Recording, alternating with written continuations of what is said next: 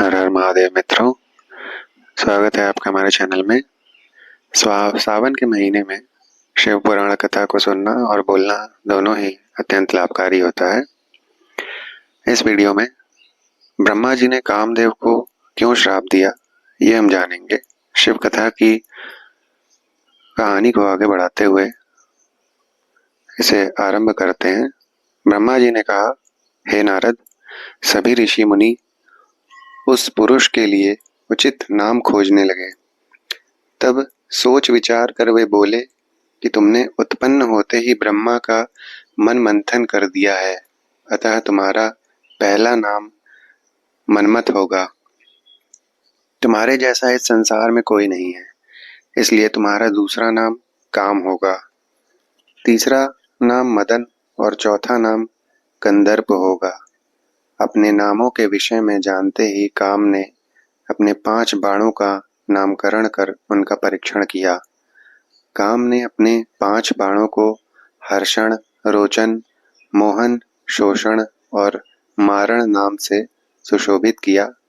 ये बाण ऋषि मुनियों को भी मोहित कर सकते थे। उस स्थान पर बहुत से देवता और ऋषि उपस्थित थे। उस समय संध्या भी वहीं थी। कामदेव द्वारा चलाए गए बाणों के फलस्वरूप सभी मोहित हो गए। सबके मनों में विकार आ गया। सभी काम के वशीभूत हो चुके थे। प्रजापति, मरीचि, अत्रि, दक्ष आदि सब मुनियों के साथ साथ ब्रह्मा जी भी काम के वश में होकर संध्या को पाने की इच्छा करने लगे। ब्रह्मा व उनके मानस पुत्रों सभी को एक कन्या पर मोहित होते देखकर धर्म को बहुत दुख हुआ। धर्म ने धर्म रक्षक त्रिलोकीनाथ का स्मरण किया। तब मुझे देखकर शिवजी हंसे और कहने लगे, हे ब्रह्मा, अपनी पुत्री के ही प्रति तुम मोहित कैसे हो गए? सूर्य का दर्शन करने वाले दक्ष, मरीचि आदि योगियों का निर्मल मन कैसे स्त्री को देखते ही मलिन हो गया? जिन देवताओं का मन स्त्री के प्रति आसक्त हो, उनके साथ शास्त्र संगति किस प्रकार की जा सकती है? इस प्रकार के शिव वचन सुनकर मुझे बहुत लज्जा का अनुभव हुआ और मेरा पूरा शरीर पसीने पसीने हो गया।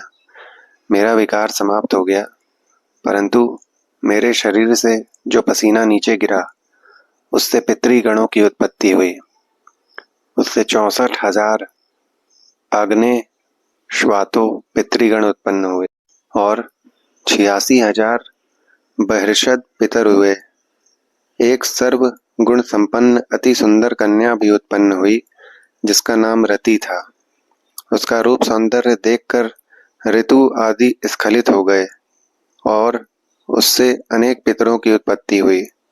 इस प्रकार संध्या से बहुत से पितरों की उत्पत्ति हुई। शिव जी के वहां से अंतर्ध्यान होने पर मैं काम पर क्रोधित हुआ। मेरे क्रुद्ध होने पर काम ने वह बाण वापस खींच लिया। बाण के निकलते ही मैं क्रोध की अग्नि से जलने लगा। मैंने काम को शिव बाण से भस्म होने का शाप दे डाला। यह सुनकर काम और रति दोनों मेरे चरणों में गिर पड़े और मेरी स्तुति करने लगे तथा क्षमा याचना करने लगे। तब काम ने कहा, हे प्रभु, आपने ही तो मुझे वर देते हुए कहा था कि ब्रह्मा, विष्णु, रुद्र समेत सभी देवता, ऋषि मुनि और मनुष्य तुम्हारे वश में होंगे। मैं तो सिर्फ अपनी उस शक्ति का परीक्षण कर रहा था, इसलिए मैं निरपराध हूँ। प्रभु, मुझ पर कृपा करें। इस शाप के प्रभाव को समाप्त करने का उपाय बताएं। इस प्रकार काम के वचनों को सुनकर ब्रह्मा जी का क्रोध शांत हुआ। तब उन्होंने कहा कि मेरा शाप झूठा नहीं हो सकता, इसलिए तुम महादेव के तीसरे नेत्र रूपी अग्नि बाण से भस्म हो जाओगे। परंतु कुछ समय पश्चात जब शिव जी विवाह करेंगे, अर्थात उनके जीवन में देवी पार्वती आएंगी, तब तुम्हारा शरीर तुम्हें पुनः प्राप्त हो जाएगा। इसके बाद नारद जी ब्रह्मा जी से पूछते हैं, इसके पश्चात क्या हुआ? आप मुझे इसके आगे की कथा भी बताइए। भगवान, काम और रति का विवाह हुआ या नहीं? आपके शाप का क्या हुआ? कृपया इसके बारे में भी मुझे सविस्तार बताइए। ब्रह्मा जी बोले, शिव जी के वहां से अंतर्ध्यान हो जाने पर दक्ष ने काम से कहा, हे कामदेव, आपके ही समान गुणों वाली परम सुंदरी एवं सुशीला मेरी कन्या को तुम पत्नी के रूप में स्वीकार करो। मेरी पुत्री सर्वगुण संपन्न है तथा हर तरीके से आपके लिए सुयोग्य है। हे महातेजस्वी मनोभाव, ये हमेशा तुम्हारे साथ रहेगी और तुम्हारी इच्छानुसार कार्य करेगी। ये कहकर दक्ष ने अपनी कन्या को उनके पसीने से उत्पन्न हुई थी उसका नाम रति रख दिया। उसके बाद कामदेव और रति का विवाह सोल्लास संपन्न हुआ। हे नारद, दक्ष की पुत्री रति बहुत रमणीय और परम सुंदरी थी। उसका रूप लावण्य मुनियों को भी मोह लेने वाला था। रति से विवाह होने पर कामदेव अत्यंत प्रसन्न हुए। वे रति पर पूर्ण मोहित थे। उनके विवाह पर बहुत बड़ा उत्सव हुआ। प्रजापति दक्ष पुत्री के लिए सुयोग्य वर पाकर बहुत खुश थे। दक्ष कन्या देवी रति भी कामदेव को पाकर धन्य हो गई थी। जिस प्रकार बादलों में बिजली शोभा पाती है, उसी प्रकार कामदेव के साथ रति शोभा पा रही थी। कामदेव ने रति को अपने हृदय सिंहासन में बिठाया तो रति भी कामदेव को पाकर उसी प्रकार प्रसन्न हुई जिस प्रकार श्री हरि को पाकर देवी लक्ष्मी। उस समय आनंद और खुशी से सराबोर कामदेव और रति भगवान शिव का शाप भूल गए। सूत जी कहते हैं, ब्रह्मा जी के ये कथन सुनकर महर्षि नारद बड़े प्रसन्न हुए और हर्षपूर्वक बोले, हे महामते, आपने भगवान शिव की अद्भुत लीला मुझे सुनाई है। प्रभु, अब मुझे आप ये बताइए कि कामदेव और रति के विवाह के बाद सब देवताओं के अपने धाम चले जाने के बाद पितरों को उत्पन्न करने वाली ब्रह्म कुमारी संध्या कहाँ गई? उनका विवाह कब और किससे हुआ? संध्या के विषय में मेरी जिज्ञासा शांत करिए। सूत जी बोले, हे ऋषियों, नारद जी के इस प्रकार के प्रश्न करने पर ब्रह्मा जी ने कहा, मुने, संध्या का चरित्र सुनकर समस्त कामनियां सती साध्वी हो सकती हैं।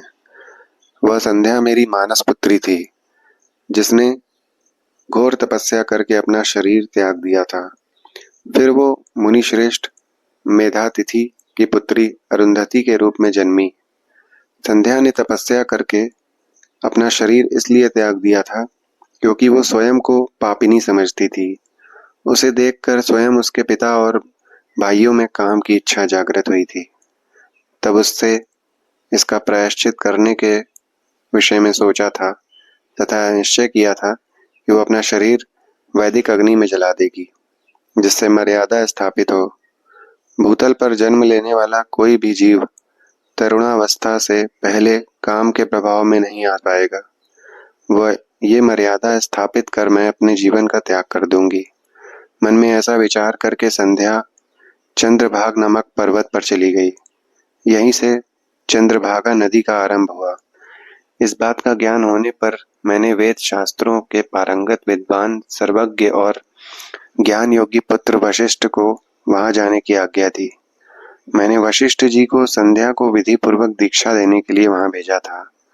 नारद, चंद्रभाग पर्वत पर एक देव सरोवर है जो जलाशयोचित गुणों से पूर्ण है। उस सरोवर के तट पर बैठी संध्या इस प्रकार सुशोभित हो रही थी जैसे प्रदोष काल में उदित चंद्रमा और नक्षत्रों से युक्त आकाश शोभा पाता है। तभी उन्होंने चंद्रभागा नदी का भी दर्शन किया। तब उस सरोवर के तट पर बैठी संध्या से वशिष्ठ जी ने आदर पूर्वक पूछा, हे देवी, तुम इस निर्जन पर्वत पर क्या कर रही हो? तुम्हारे माता पिता कौन हैं? यदि ये छिपाने योग्य न हो तो कृपया बताओ। ये वचन सुनकर संध्या ने महर्षि वशिष्ठ की ओर देखा। उनका शरीर दिव्य तेज से प्रकाशित था। मस्तक पर जटा धारण किए हुए वे साक्षात कोई पुण्यात्मा जान पड़ते थे। संध्या ने आदर पूर्वक प्रणाम करते हुए वशिष्ठ जी को अपना परिचय देते हुए कहा, ब्राह्मण, मैं ब्रह्मा जी की पुत्री संध्या हूँ। मैं इस निर्जन पर्वत पर तपस्या करने आई हूँ। यदि आप उचित समझें तो मुझे तपस्या की विधि बताइए। मैं तपस्या के नियमों को नहीं जानती हूँ, अतः मुझ पर कृपा करके आप मेरा उचित मार्गदर्शन करें। संध्या की बात सुनकर वशिष्ठ जी ने जान लिया कि देवी संध्या मन में तपस्या का दृढ़ संकल्प कर चुकी हैं। इसलिए वशिष्ठ जी ने भक्त वत्सल भगवान शिव का स्मरण करते हुए कहा, हे देवी, जो सबसे महान और उत्कृष्ट हैं, सभी के परम आराध्य हैं, जिन्हें परमात्मा कहा जाता है, तुम उन महादेव शिव को अपने हृदय में धारण करो। भगवान शिव ही धर्म, अर्थ, काम और मोक्ष के स्रोत हैं। तुम उन्हीं का भजन करो। ओम नमः शिवाय मंत्र का जाप करते हुए मौन तपस्या करो। उनके अनुसार मौन रहकर ही स्नान और शिव पूजन करो। प्रथम 2 बार छठे समय में जल को आहार के रूप में लो। तीसरी बार छठा समय आने पर उपवास करो। देवी, इस प्रकार की गई तपस्या ब्रह्मचर्य का फल देने वाली तथा अभीष्ट मनोरथों को पूरा कर देने वाली होती है। अपने मन में शुभ उद्देश्य लेकर शिव जी का मनन और चिंतन करो। वे प्रसन्न होकर तुम्हारी मनोकामना अवश्य पूरी करेंगे। इस प्रकार संध्या को तपस्या की विधि बताकर और उपदेश देकर मुनि वशिष्ठ वहां से अंतर ध्यान हो गए। ब्रह्मा जी बोले, हे महाप्रज्ञ नारद, तपस्या की विधि बताकर जब वशिष्ठ जी चले गए, तब संध्या आसन लगाकर कठोर तप शुरू करने में लग गई। वशिष्ठ जी द्वारा बताए गए विधान और मंत्र द्वारा संध्या ने भगवान शिव की आराधना करनी आरंभ कर दी। उसने अपना मन शिव भक्ति में लगा दिया और एकाग्र होकर तपस्या में मग्न हो गई। तपस्या करते करते 4 युग बीत गए। तब भगवान शिव प्रसन्न हुए और संध्या को अपने स्वरूप के दर्शन दिए, जिसका चिंतन संध्या द्वारा किया गया था। भगवान का मुख प्रसन्न था, उसके स्वरूप से शांति बरस रही थी। संध्या के मन में विचार आया कि मैं महादेव की स्तुति कैसे करूं। इसी सोच में संध्या ने नेत्र बंद कर लिए। भगवान शिव ने संध्या के हृदय में प्रवेश कर उसे दिव्य ज्ञान दिया, साथ ही दिव्य वाणी और दिव्य दृष्टि भी प्रदान की। संध्या ने प्रसन्न मन से भगवान शिव की स्तुति की। वो बोली, हे निराकार, परम ज्ञानी, लोक सृष्टा भगवान शिव, मैं आपको नमस्कार करती हूँ। जो शांत, निर्मल, निर्विकार और ज्ञान के स्रोत हैं, जो प्रकाश को प्रकाशित करने वाले हैं, उन भगवान शिव को मैं प्रणाम करती हूँ, जिनका रूप अद्वितीय, शुद्ध, माया रहित, प्रकाशमान, सच्चिदानंदमय, नित्यानंदमय, सत्य, ऐश्वर्य से युक्त तथा लक्ष्मी और सुख देने वाला है। उन परम पिता परमेश्वर को मेरा नमस्कार है, जो सत्व प्रधान, ध्यान योग्य, आत्मस्वरूप, सारभूत, सबको पार लगाने वाला तथा परम पवित्र है। उन प्रभु को मेरा प्रणाम है। भगवान शिव, आपका स्वरूप शुद्ध, मनोहर, रत्नमय, आभूषणों से अलंकृत एवं कपूर के समान है। आपके हाथों में डमरू, रुद्राक्ष और त्रिशूल शोभा पाते हैं। आपके इस दिव्य चिन्ह में सगुण साकार रूप को मैं नमस्कार करती हूँ। आकाश, पृथ्वी, दिशाएं, जल, तेज और काल सभी आपके रूप हैं। हे प्रभु, आप ही ब्रह्मा के रूप में जगत की सृष्टि, विष्णु रूप में संसार का पालन करते हैं। आप ही रुद्र रूप धरकर संहार करते हैं। जिनके चरणों में पृथ्वी और अन्य शरीर से सारी दिशाएं, सूर्य, चंद्रमा और अन्य देवता प्रकट हुए हैं, जिनकी नाभि से अंतरिक्ष का निर्माण हुआ है, वे ही सद्ब्रह्म और पर ब्रह्म है।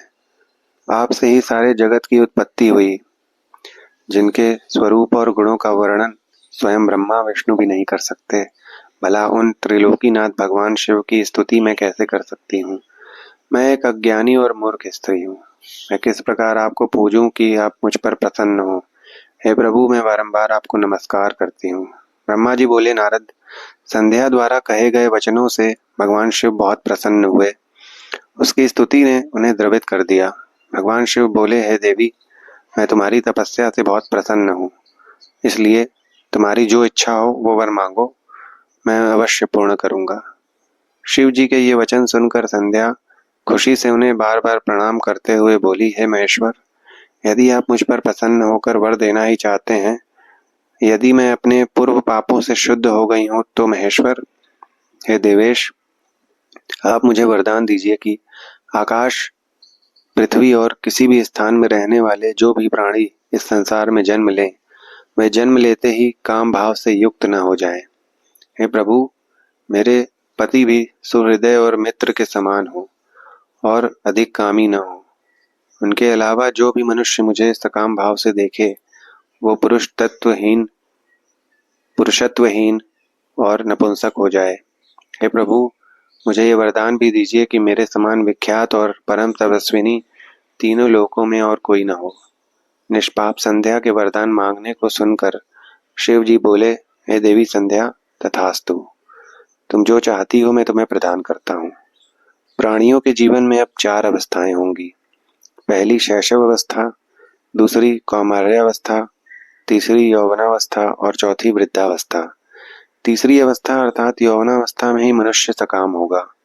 कहीं कहीं दूसरी अवस्था के अंत में भी प्राणी सकाम हो सकता है। तुम्हारी तपस्या से प्रसन्न होकर ही मैंने ये मर्यादा निर्धारित की है।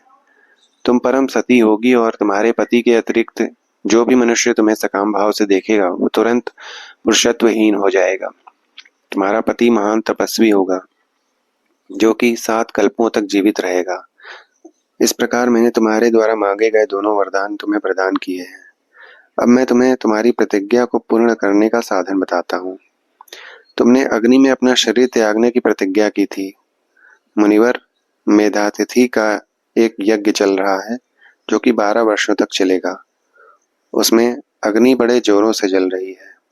तुम उसी अग्नि में अपना शरीर त्याग दो। चंद्रभागा नदी के तट पर ही तपस्वियों का आश्रम है जहाँ माघ यज्ञ हो रहा है। तुम उसी अग्नि से प्रकट होकर मेधातिथि की पुत्री होगी। अपने मन में जिस पुरुष की इच्छा करके तुम शरीर त्यागोगी वही पुरुष तुम्हें पति रूप में प्राप्त होगा। संध्या, तुम इस पर्वत पर तपस्या कर रही थी तब त्रेता युग में प्रजापति दक्ष की बहुत सी कन्याएं हुई। उनमें से 27 कन्याओं का विवाह उन्होंने चंद्रमा से करा दिया। चंद्रमा उन सबको छोड़कर केवल रोहिणी से प्रेम करते थे। तब दक्ष ने क्रोधित होकर उन्हें शाप दे दिया। चंद्रमा को शाप से मुक्त कराने के लिए उन्होंने चंद्रभागा नदी की रचना की। उसी समय मेधातिथि तथा यहाँ उपस्थित हुए। उनके समान कोई तपस्वी न है और न होगा। उन्हीं का ज्योति स्टोम नामक यज्ञ चल रहा है जिसमें अग्निदेव प्रज्वलित हैं। तुम उसी आग में अपना शरीर डालकर पवित्र हो जाओ और अपनी प्रतिज्ञा पूरी करो। इस प्रकार उपदेश देकर भगवान शिव वहां से अंतर्ध्यान हो गए। धन्यवाद मित्रों। आगे की शिव कथा अगली वीडियो में सुनाऊंगा। हर हर महादेव।